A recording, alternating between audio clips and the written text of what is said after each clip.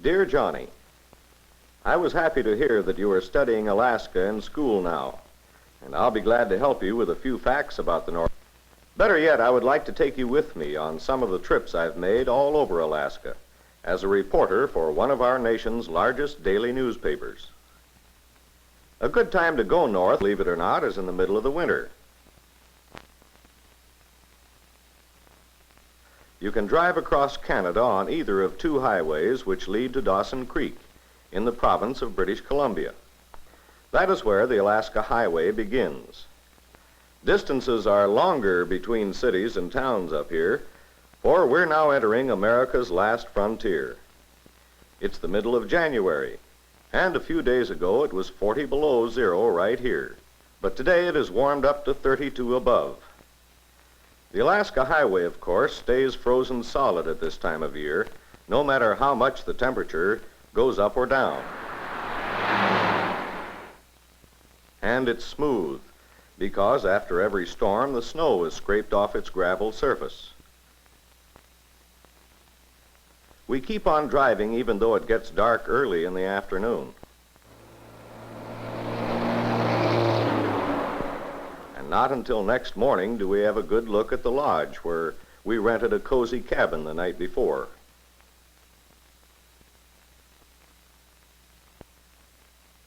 We find plenty of gas stations and lodges along the way, and frequently we meet cars and trucks.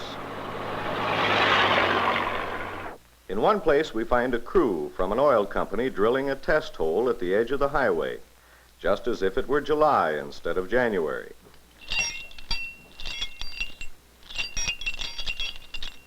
Farther on we see a truck upside down beside the highway, and we realize we must drive with the greatest of care. Most of the Alaska Highway is in Canada, but after we have driven 1,200 miles northwestward from Dawson Creek, we cross the border going from Canada's Yukon Territory into Alaska. By this time the temperature has dropped again, and it's 40 below zero. But we're dressed for cold weather, so we don't mind. Comfortable in our warm clothing, we enjoy the delicate beauty of the Alaska landscape in midwinter.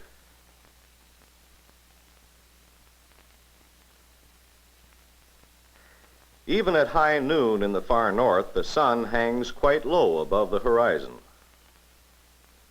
The farther north we go, the more we realize that winter doesn't slow things down a bit.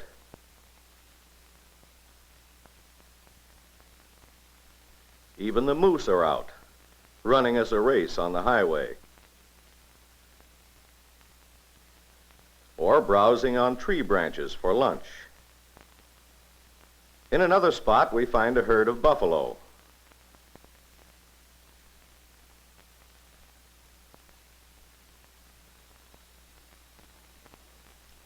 So we're not surprised by the time we reach Alaska's largest city, Anchorage, to find even more activity. We're just in time for one of the carnivals held each winter.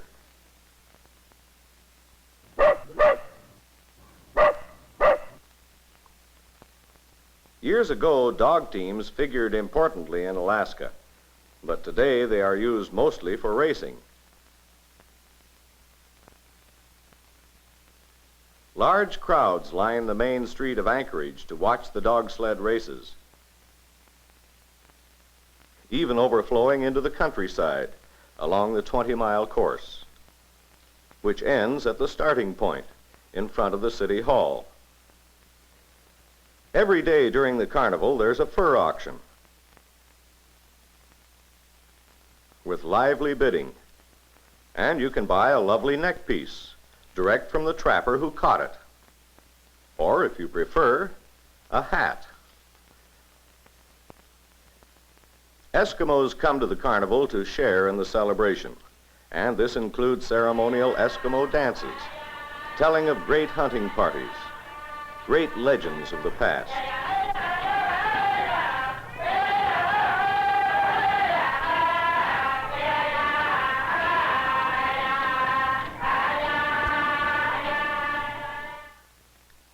And, of course, there's a ball game, which is all the more fun because it's played entirely on snowshoes.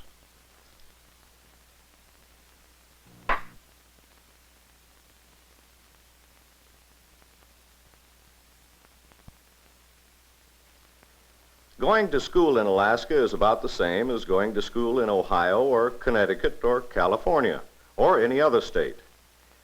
Many communities up north have brand new school buildings, which were built to accommodate the increase in Alaska's population following the Second World War.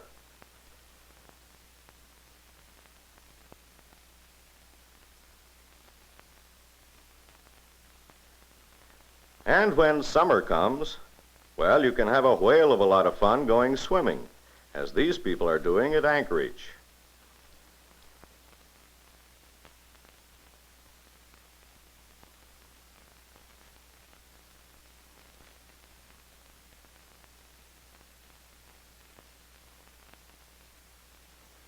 The more we see of Anchorage, the more the people there seem like the people back home.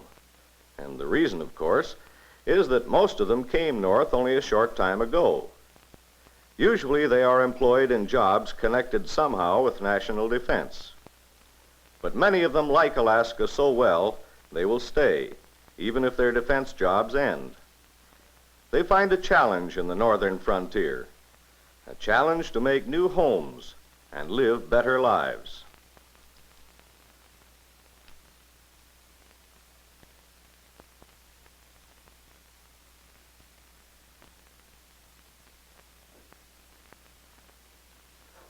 It's a lot different in the small village of Aniak, 300 miles west of Anchorage. Salmon are being caught here in fish wheels, which scoop them up out of the Kuskokwim River. This keeps Mother very busy, cleaning and washing each salmon. Mother, in this case, is an Eskimo, as are the other 140 people who live in Aniak.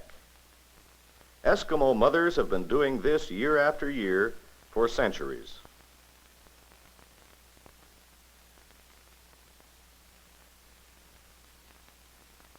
While smaller Eskimos keep the potato patch well cultivated. The standard of living for Eskimos is far below that of the white people of Alaska. Eskimo homes in far-off Nome are dilapidated shacks, sometimes leaning crazily where they have settled into the permanently frozen ground. Many Eskimos have moved from their native villages to larger settlements such as Nome, but even there they still get much of their living from nature, by hunting and fishing, or by picking berries which grow in the tundra. The reason Eskimos are so poor is that steady jobs are still very scarce in the far north, although once in a while steady work is available, as it was at this tin mine, 90 miles northwest of Nome. Incidentally, this is the only place in North America where tin is found.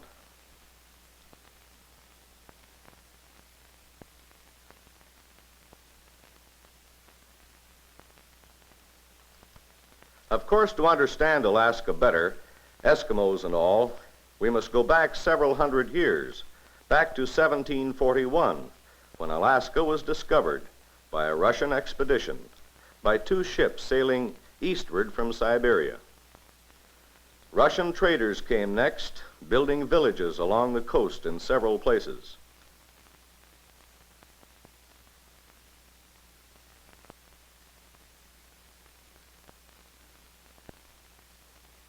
Russian churches still stand in Alaska.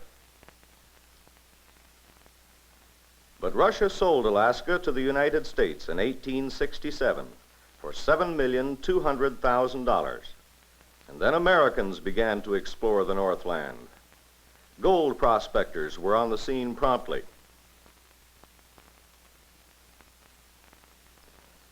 Biggest gold discoveries occurred near the turn of the century in the Klondike and at Nome. These were followed by the gold rushes in which thousands of prospectors swarmed into Alaska.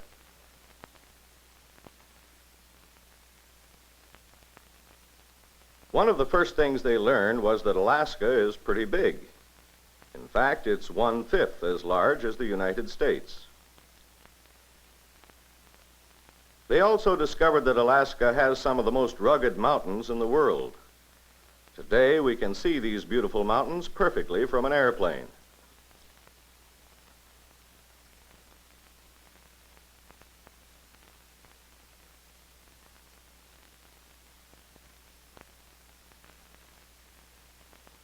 This is what you can see just a few miles from Anchorage when you fly over the Chugach Mountains. This is Glacier Land, where the Ice Age lingers, where heavy snowfall each winter adds up to thousands of tons of snow, sliding down the steep sides of mountains into valleys, where it is compressed by its own weight into ice. Then it begins its slow journey to the sea, for these are rivers of ice, flowing very slowly, only a few inches a day, but still they are flowing. The long dark lines on the glacier are called moraines, and they are formed by rocks which fall from the steep mountainsides onto the edges of the glacier. And then where two branches of the glacier join, the moraine flows down the middle. Toward the left, in the middle of the ice, you can see an island of rock. It's called a nunatak, and the glacier flows around it. When you get a close-up view of a glacier, you know it's no place to go ice skating. There are hundreds of glaciers in Alaska. One of them is larger than the state of Rhode Island. It is called Malaspina Glacier. Here is a smaller one, which flows directly into the sea.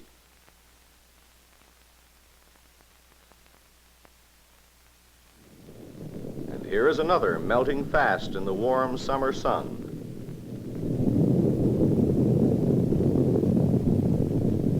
When they break apart and float away, glaciers form icebergs, which are a menace to navigation. Some ships have been sunk in Alaska waters by running into icebergs. But glaciers are beautiful.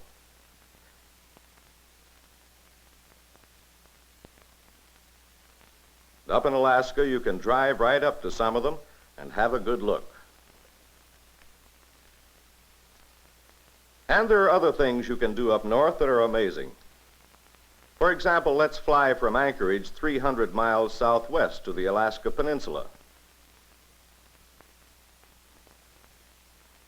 There, on the shore of a pretty lake, you can pick up a large rock and throw it into the water, and it floats, and so do all the little rocks. And do you know why?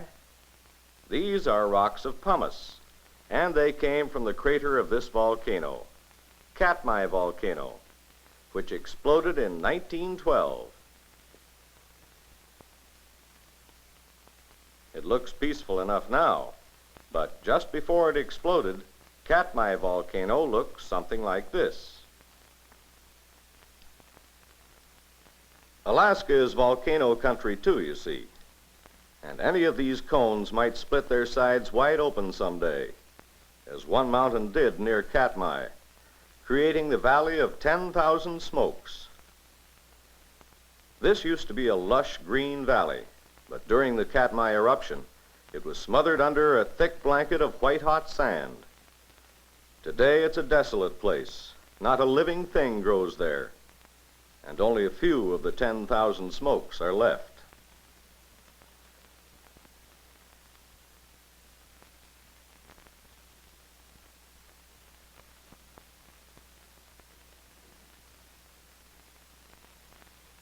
As well as glaciers and volcanoes, Alaska has wide sweeps of tundra that stretch for hundreds of miles. Tundra country is beautiful in its own way.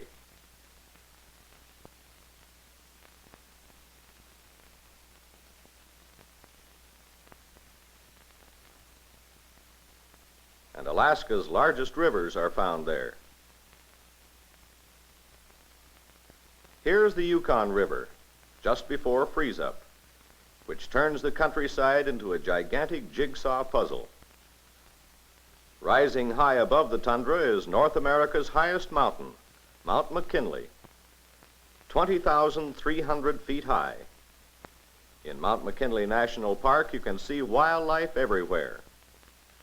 Mountain sheep on rocky slopes. grizzly bears, and grizzly bear cubs enjoying their lunch, moose, caribou, and a marmot, friendly enough to become a pet. Of course, Alaska is famous for her salmon.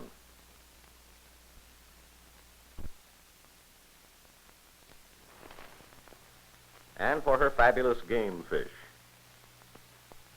which sometimes reach an amazing size.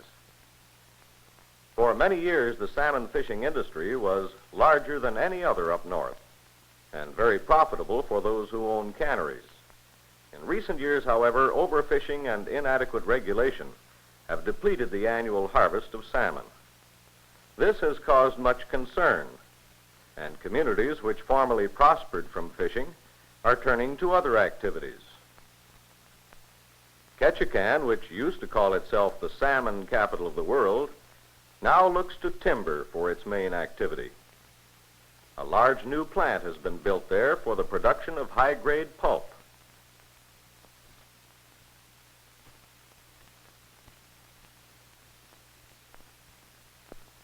Which is shipped to the eastern United States for manufacture into rayon. Of course, Alaska still has gold mining, which today is carried on by huge dredges. Important to all industry up north is the development of water power,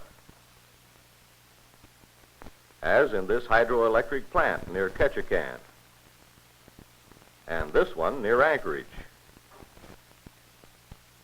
Transportation to interior Alaska is provided by the Alaska Railroad, which operates over some of the most rugged country in North America.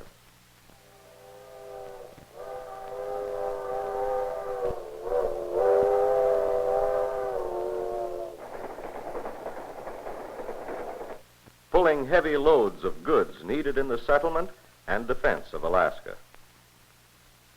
The railroad starts at Seward on the coast and runs through Anchorage to Fairbanks, a distance of 470 miles.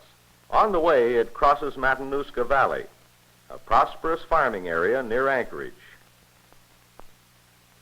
Here again, we find that living in Alaska is almost the same as in Michigan or North Dakota or Colorado.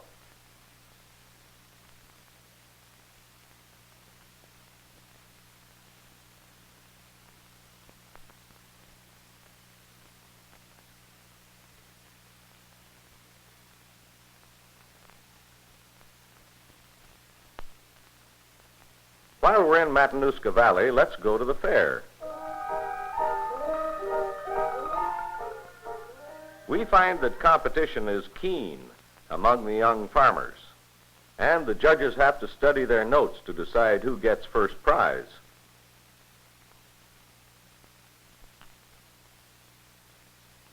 One of the happiest winners of a blue ribbon is Kathy, with her dressed-up chicken. Then there's a pretty cowgirl.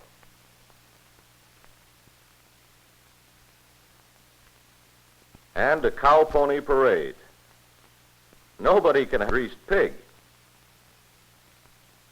But it's a different story with a greased pole. The problem is, how do you climb it? There must be some way.